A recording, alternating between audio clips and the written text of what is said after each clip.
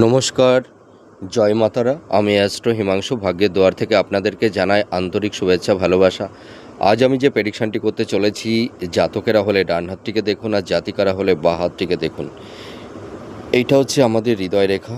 এই হৃদয় রেখার ওপরে যদি দুইয়ের অধিক এই ধরনের যদি ত্রিভুজ চিহ্ন থাকে তাহলে এটি অতীব শুভ। আবার এইটা হচ্ছে আমাদের মস্তিষ্ক রেখা, ব্রেন লাইন। এই মস্তিষ্ক রেখাতে যদি এই ধরনের চতুর্ভুজ চিহ্ন থেকে থাকে তাহলে এটু খুব পজিটিভ ভাইবস তৈরি করে, এটাও অতীব শুভ।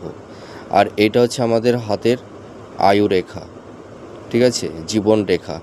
এই আয়ু রেখার ওপরেও যদি এই ধরনের ত্রিভুজ চিহ্ন থাকে, দুইয়ের অধিক, তিনটি থাকতে পারে, চারটি থাকতে পারে, তাহলে আমি এখানে তিনটি রেখা দিয়ে আপনাদের বোঝালাম।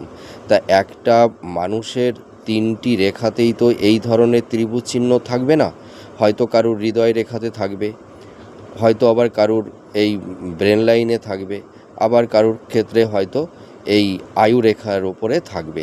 তা আপনারা যে কোনো একটি রেখাকে মিলাবেন। আপনাদের যদি যে কোনো একটি রেখায় এই ধরনের ত্রিভুজ চিহ্ন থাকে, হয় হৃদয় রেখাতে, অথবা আয়ু রেখাতে, অথবা মস্তিষ্ক রেখাতে, ঠিক আছে, তাহলে যদি এই ধরনের চিহ্ন কোনো জাতক জাতিকাদের হাতে থাকে তাহলে এরা প্রচুর প্রপার্টির মালিক হয়ে থাকে। এদের প্রচুর ধন সম্পদ, স্থাবর ভূসম্পত্তি, নতুন গাড়ি বাড়ি, এইগুলো কিন্তু এরা নির্মাণ করতে পারে এবং এরা প্রচুর অর্থ সম্পদের মালিক হয়।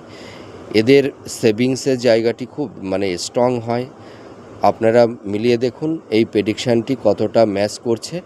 নমস্কার, জয় মাতারা।